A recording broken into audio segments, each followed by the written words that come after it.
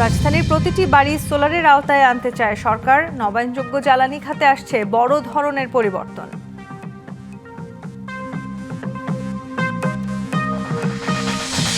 12ই May থেকে ঈদুল আজহা রাত 10টা পর্যন্ত খোলা থাকবে দোকান, বিপণী বিতান। অতিরিক্ত আলোকসজ্জা না করার নির্দেশনা।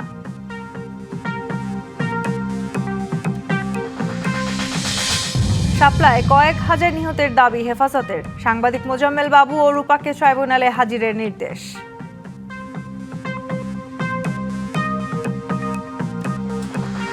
নবায়নযোগ্য জ্বালানি খাতে পিছিয়ে থাকা বাংলাদেশ এবার বড় পরিবর্তনের পথে। চলতি মাসেই এ সংক্রান্ত নতুন নীতিমালা তৈরি এবং জুনে তোলা হবে মন্ত্রিসভায়।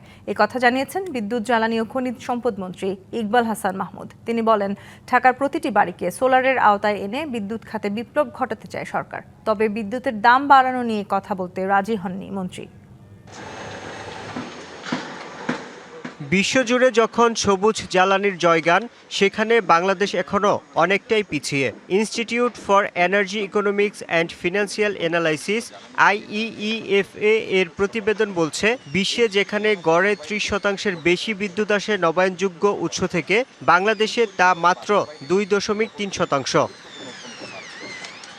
তবে সেই স্থবিরতা কাটাতে এবার নড়েচড়ে বসেছে সরকার। চীনমন্ত্রী সম্মেলন কেন্দ্রে 15তম Bangladesh infrastructure innovation and development এক্সপোর উদ্বোধনী মঞ্চে বিদ্যুৎ ও জ্বালানি মন্ত্রী শোনালেন আশার বাণী। আমরা আগামী 5 বছরে 10,000 মেগাওয়াটে উন্নতি করতে পারি। নানান দিক চিন্তা ভাবনা করছি এবং এগুলো করলে, যেমন ঢাকা শহরে যদি আমরা প্রত্যেকটা হাউস হোল্ডকে যদি আমরা এই সোলারের আওতায় নিয়ে আসতে পারি এবং প্রাইভেট এন্টারপ্রেনারদেরকে যদি দেই, তাহলে আমি মনে করি যে আমার ঢাকার যে লোডটা আছে অনেক লোড কমে যাবে। যে আমরা রেডি, শুধু পলিসি দরকার। পলিসি পেলে আমরা বাংলাদেশে সোলারে একটা বিপ্লব ঘটাতে পারি। মন্ত্রী জানান, নবায়নযোগ্য জ্বালানি প্রসারে আইনি কাঠামো তৈরিতে কাজ করছে মন্ত্রণালয়। আমরা আপনাদেরকে পলিসি সাপোর্ট দেব, আপনাদেরকে যাতে ট্যাক্স বেশি না দিতে হয় সেই জন্য আমরা আলোচনা করছি। আমি আশা করি যে এই মাসের মধ্যে আমরা একটা পলিসি তৈরি করতে পারবো এবং জুন মাসের মধ্যে আমরা ক্যাবিনেট অ্যাপ্রুভ করে এটাকে সরকারি আদেশ হিসেবে আমরা ছাড়তে পারবো। তবে বিদ্যুতের দাম বাড়ানোর বিষয়ে মন্তব্য করতে রাজি হননি তিনি। বিদ্যুতের দাম বাড়ানোর ব্যাপারে বিদ্যুতের দাম বাড়ুক, তারপরে আমার বক্তব্য দিব। এখন বক্তব্য দেওয়া সম্ভব না। Yusuf Rana, DBC news, Dhaka. জ্বালানি তেল আর এলপিজির দামের আগুনে আগে থেকেই পুড়ছে সাধারণ মানুষ। এবার সেই আগুনে ঘি ঢালতে প্রস্তুত বিদ্যুৎ খাত। জনগণের পকেট কাটতে ফের সেই পুরনো পথেই হাঁটছে সরকার। পাইকারি পর্যায়ে এক লাফে 21% দাম বাড়ানোর প্রস্তাব দিয়ে বড়সড় ধাক্কা দিচ্ছে পিডিবি। বিশেষজ্ঞরা বলছেন, 10% মূল্যস্ফীতির বাজারে এই সিদ্ধান্ত হবে মরার ওপর খাড়ার খা।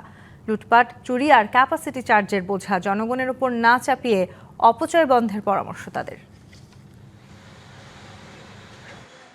জ্বালানি তেলের দাম বৃদ্ধির রেশ কাটতে না কাটতেই এবার বিদ্যুতের দাম বাড়ানোর তোড়জোড় শুরু করেছে সরকার। পাইকারি পর্যায়ে 21% বাড়ানোর প্রস্তাব দিয়েছে বিদ্যুৎ উন্নয়ন বোর্ড পিডিবি। পিছিয়ে নেই পাওয়ার গ্রিড বাংলাদেশও। তারা সঞ্চালন চার্জ প্রতি ইউনিটে 16 পয়সা বাড়ানোর দাবি জানিয়েছে।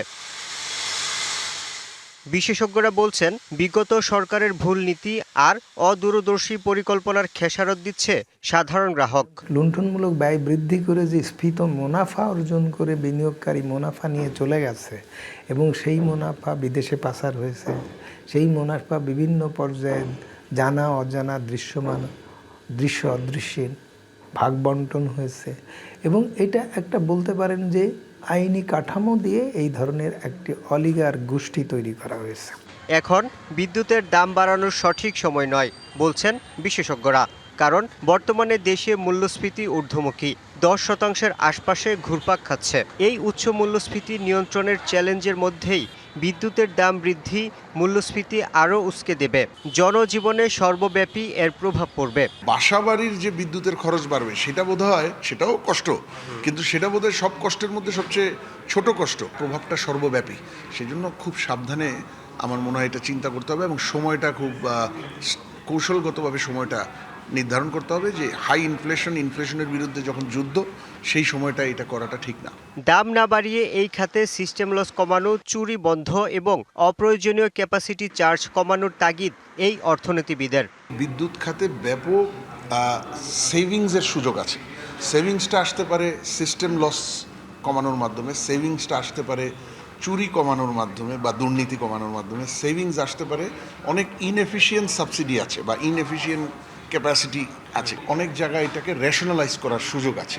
খরচ কমানোর যত সুযোগ আছে সব পন্থা প্রয়োগ করে দাম বাড়ানোকে সবশেষ অস্ত্র হিসেবে ব্যবহারের পরামর্শ তার। দাম বাড়ানোটা একেবারে সর্বশেষ অস্ত্র হিসেবে বা পন্থা হিসেবে থাকা উচিত। Yusuf Rana, DBC news, Dhaka.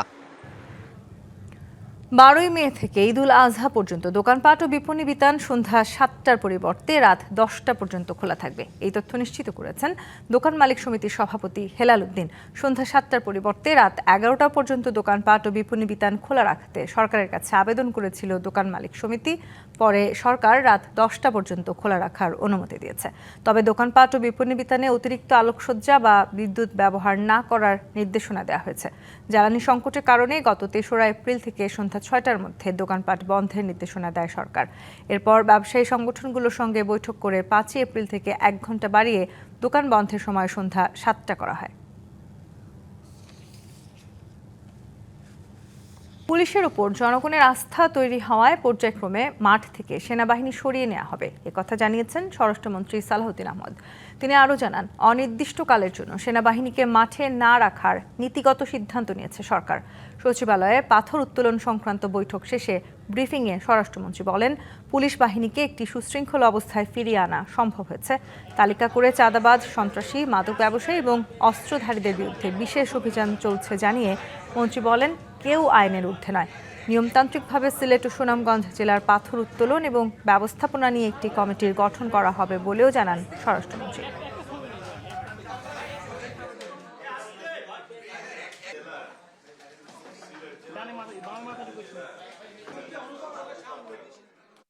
নির্বাচিত সরকার, রাজনৈতিক সরকার দায়িত্ব গ্রহণ করেছে।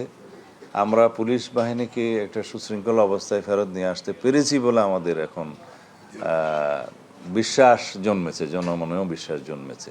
তো সেই অবস্থায় আমরা পর্যায়ক্রমে মাঠ থেকে সেনাবাহিনীকে প্রত্যাহার করার জন্য উদ্যোগ নিচ্ছি, এই কথা সত্য। তবে সেটা আমরা কিভাবে করব সেটা পুলিশ এবং সেনাবাহিনী এবং অন্যান্য সংস্থাগুলো বসে তারা পর্যায়ক্রমে সেই ব্যবস্থাটা নেবে। 2028 সালে দুর্নীতি বিরোধী আন্তর্জাতিক কনফারেন্স বাংলাদেশে আয়োজনের বিষয়ে প্রধানমন্ত্রী নীতিগত সম্মতি দিয়েছেন বলে জানিয়েছেন টিআইবির নির্বাহী পরিচালক ডক্টর ইফতেখারুজ্জামান। সকালে সচিবালয়ে প্রধানমন্ত্রীর সঙ্গে বৈঠক শেষে তিনি এই কথা জানান। এ সময় দুর্নীতি দমনে আন্তর্জাতিক মানদণ্ড অনুসরণ, জবাবদিহি বৃদ্ধি এবং সুশাসন নিশ্চিত করতে সরকারকে বিভিন্ন পরামর্শ দেয় টিআইবি। বিশ্বব্যাপী একটি আন্তর্জাতিক দুর্নীতি বিরোধী কনফারেন্স হয় প্রতি 2 বছর পর পর। এই প্রস্তাবটি নিয়ে আমি আজকে মাননীয় প্রধানমন্ত্রীর সাথে কথা বলেছি। তিনি এক বাক্যে আমার সাথে একমত হয়েছে, সম্মত হয়েছেন যে তিনি নীতিগতভাবে একমত, এবং সরকার যদি মন্ত্রিপরিষদ যদি সম্মত হয় তাহলে সেটির সম্ভাবনা আছে যে বাংলাদেশ চেষ্টা করবে এই সম্মেলনটি বাংলাদেশে হোস্ট করার জন্য। বাজেটে শিক্ষা খাতে বরাদ্দ বাড়ানোর পরিকল্পনা করছে সরকার। বাজেটের 5% শিক্ষায় ব্যয় করা হবে বলে জানিয়েছেন শিক্ষামন্ত্রী। আর শিক্ষা প্রতিমন্ত্রী জানান, দলীয় বিবেচনায় কোনো নিয়োগ দেবে না বিএনপি সরকার। শুধু আশ্বাস নয়, এই সিদ্ধান্ত যেন বাস্তবায়ন হয়, দাবি জামায়াতের এমপি শফিকুল ইসলাম মাসুদের। বৃহস্পতিবার সকালে রাজধানীর একটি হোটেলে ইউনিসেফ আয়োজিত এক অনুষ্ঠানে অংশ নেন শিক্ষামন্ত্রী আ.ন.ম এহসানুল হক মিলন ও প্রধানমন্ত্রীর উপদেষ্টা ডক্টর মাহদি আমিন। এ সময় শিক্ষামন্ত্রী বলেন, বিগত সরকার জিডিপির 1.5% বেশি শিক্ষায় বিনিয়োগ করেনি, কিন্তু বিএনপি শিক্ষায় বাজেটের 5% রাখার পরিকল্পনা করছে। বিগত সরকার জিডিপির 1.5%-এর বেশি শিক্ষা খাতে বিনিয়োগ করেনি। আমাদের পরিকল্পনা জিডিপির 5% শিক্ষা খাতে ব্যয় করা হবে। সময়ের চাহিদা অনুযায়ী শিক্ষা কারিকুলাম পরিবর্তনেও আমাদের সরকার প্রস্তুত আছে।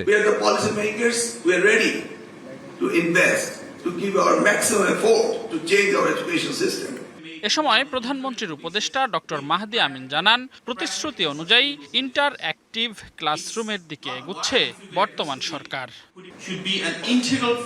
শিক্ষায় যুগান্তকারী পরিবর্তন আনার লক্ষ্যে প্রতিশ্রুতি অনুযায়ী ইন্টারেক্টিভ ক্লাসরুমের দিকে এগুচ্ছে বর্তমান সরকার। তৃতীয় কোনো ভাষা চালুর আগে বাংলা ও ইংরেজি ভাষায় পর্যাপ্ত দক্ষতা জরুরি। শিক্ষার্থীদের এদিকে নজর দিতে হবে।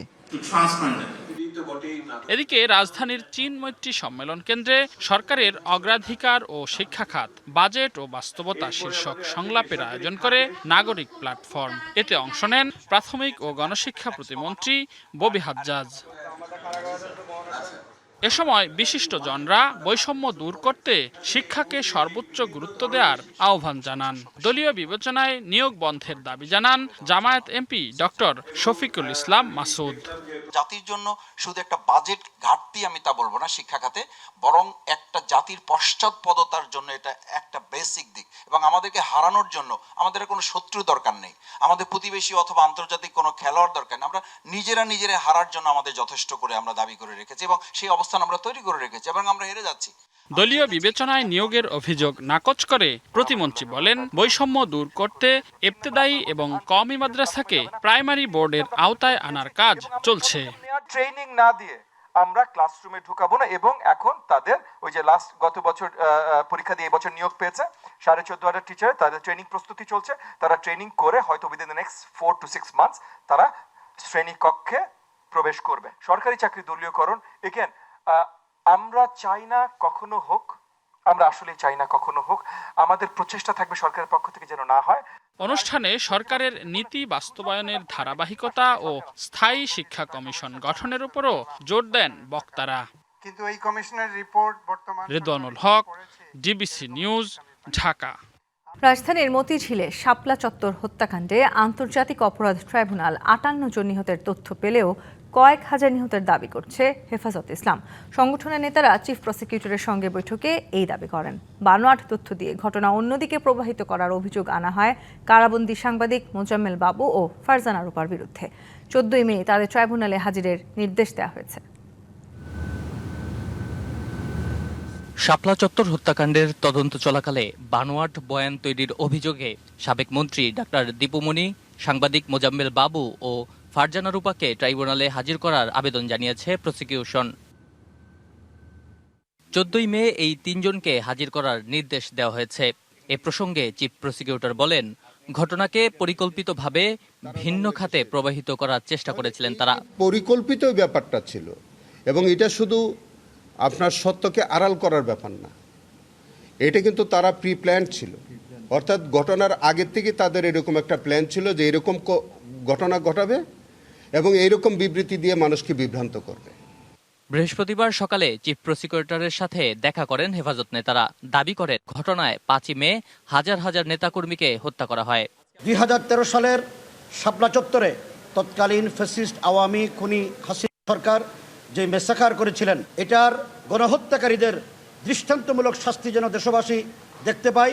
এই মামলায় ক্ষমতাচ্যুত প্রধানমন্ত্রী শেখ হাসিনা, মন্ত্রিপরিষদ সচিব সহ আইন শৃঙ্খলা রক্ষাকারী বাহিনীর জড়িত সদস্যদের দৃষ্টান্তমূলক শাস্তি দাবি করা হয়।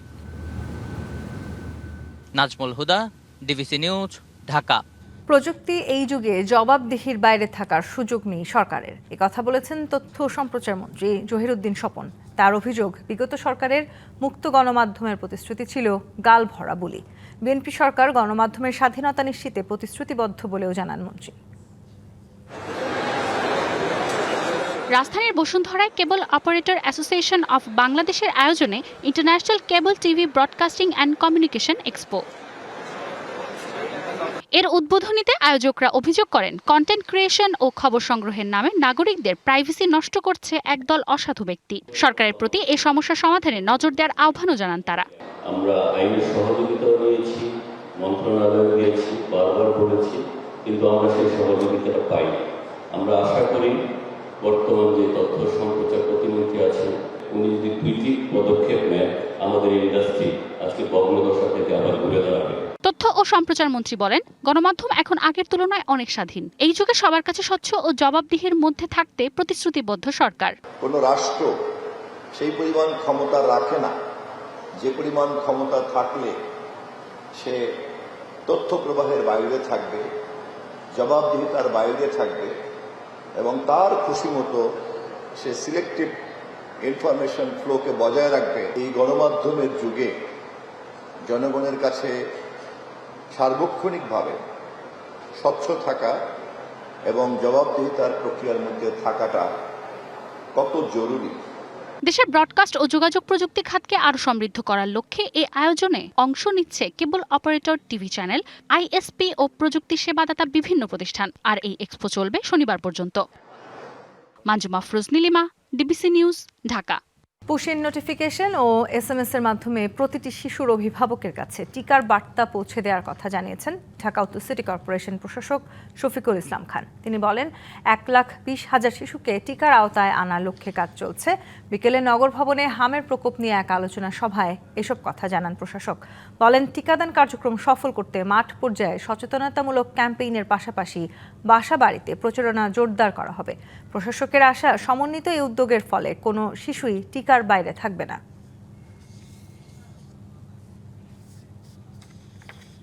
আমি এই পুশ নোটিফিকেশন যেটা মাসিক 2 থেকে 3 লক্ষ টাকা খরচ হবে আমাদের সন্তানদেরকে আগামী দিনে সুস্থ সবল রাখার জন্য, আমি সেটাকে আপনাদের প্রস্তাবকে আমি গ্রহণ করলাম। আমদানি করা প্রসাধনীর যৌক্তিক শুল্ক নির্ধারণ চায় cosmetic and toiletries importers association. এক সংবাদ সম্মেলনে সংগঠনের সভাপতি জহিরুল হক ভূঁইয়া এমন দাবি জানান। ব্যবসায়ীদের অভিযোগ, অন্তর্বর্তী সরকারের সময় প্রসাধনী প্রস্তুতকারী একটি শিল্প গ্রুপ প্রভাব খাটিয়ে আমদানি প্রসাধনীর ওপর 50% থেকে 151% পর্যন্ত শুল্ক আরোপ করে। এর ফলে বৈধ পথে প্রসাধনী আমদানি কমেছে আগের চেয়ে 70 থেকে 80%। অন্যদিকে বাজারে চাহিদা থাকায় তা আসছে চোরাই পথে। এতে বিপুল রাজস্ব হারাচ্ছে সরকার আর বেকার হয়েছে 4 লাখ মানুষ। আমদানি কমায় নকল প্রসাধনীতে বাজার সয়লাভ হয়েছে বলেও অভিযোগ করেন আমদানিকারকরা।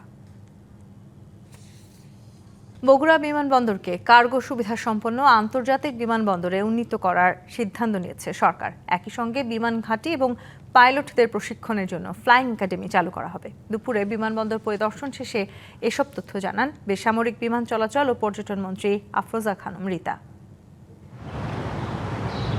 1990-এর দশকে অনুমোদন পেলেও নানা কারণে বগুড়া বিমানবন্দর চালু করা যায়নি। 2006 সাল থেকে এটি বাংলাদেশ বিমান বাহিনীর প্রশিক্ষণ কাজে ব্যবহৃত হচ্ছে। প্রায় 109 একর জমির ওপর প্রতিষ্ঠিত এই বিমানবন্দরে রয়েছে 4,500 ফুট দীর্ঘ ও 100 ফুট প্রশস্ত রানওয়ে, একটি 4তলা টার্মিনাল ভবন, ফায়ার স্টেশন, পাওয়ার হাউস এবং সীমিত নিরাপত্তা অবকাঠামো। কিন্তু রানওয়ে লাইটিং ব্যবস্থা না থাকায় এখান থেকে রাতে ফ্লাইট পরিচালনা করা সম্ভব নয়। পাশাপাশি বর্তমান অবকাঠামো বড় আকারের বাণিজ্যিক উড়োজাহাজ পরিচালনার জন্য উপযুক্ত নয়। তবে ক্ষমতায় আসার পর উত্তরাঞ্চলের যোগাযোগ, বাণিজ্য ও অ্যাভিয়েশন খাতে নতুন দিগন্ত উন্মোচনের লক্ষ্যে বগুড়া বিমানবন্দরকে পাইলট ট্রেনিং একাডেমি ও কার্গো ফ্যাসিলিটি স্থাপনের উদ্যোগ নিয়েছে বিএনপি সরকার। এরই অংশ হিসেবে বৃহস্পতিবার এই বিমানবন্দর পরিদর্শন করেন বেসামরিক বিমান পরিবহন ও পর্যটন মন্ত্রী, প্রতিমন্ত্রী, স্থানীয় সরকার প্রতিমন্ত্রী ও বিমান বাহিনী প্রধান সহ ঊর্ধ্বতন কর্মকর্তারা। পরে জানানো হয়, উত্তরাঞ্চলে একটি অত্যাধুনিক বিমান ঘাঁটি নির্মাণ করা হবে, যেখানে যুদ্ধবিমান ওঠানামার পাশাপাশি থাকবে আধুনিক প্রশিক্ষণ ও অপারেশনাল সুবিধা। বগুড়ার স্ট্র্যাটেজিক ইম্পর্টেন্স অনেক বেশি। এখানে আমরা চাই একটা অত্যাধুনিক বিমান ঘাঁটি প্রস্তুত করার জন্য, যেখানে আমাদের অত্যাধুনিক জঙ্গি বিমান আসবে অবশ্যই, এবং এই ব্যাপারেও আমাদের সরকারের অনেক আমাদেরকে সহযোগিতা করছেন। এই আন্তর্জাতিক বিমানবন্দরে পাইলটদের জন্য একটি ট্রেনিং সেন্টার হবে, যেটি বিমান বাহিনী পরিচালনা করবে। তাদের অফিসারদের ট্রেনিং হবে। আন্তর্জাতিক বিমান এখানে ওঠানামা করবে, অভ্যন্তরীণ বিমান ওঠানামা করবে এবং কার্গো বিমান ওঠানামা করবে। বিমানমন্ত্রী বলেন, উত্তরাঞ্চলের সম্ভাবনাকে কাজে লাগিয়ে বগুড়াকে দেশের অন্যতম এভিয়েশন হাবে রূপান্তর করা হবে। এয়ারপোর্টটা আমরা আজকে একটা স্লাইডের মাধ্যমে দেখলাম যে কিভাবে করা যায়। আমরা চাই যে খুবই তাড়াতাড়ি এই কাজটি শুরু করার জন্য। আমরা কোনো লেংদি প্রসেসে যাব না। আন্তর্জাতিক বিমানবন্দরের পাশাপাশি আমরা যেটা এখন পরিকল্পনা নিয়েছি যে আমরা একটা ফ্লাইং একাডেমিটা চালাবো, কারণ আমাদের পাইলটের অনেক দরকার। অন্তর্বর্তী সরকারের আমলেও বগুড়া বিমানবন্দর চালুর বিষয়ে তোড়জোড় দেখা গিয়েছিল, তবে শেষ পর্যন্ত তা আলোর মুখ দেখেনি। DVC news desk.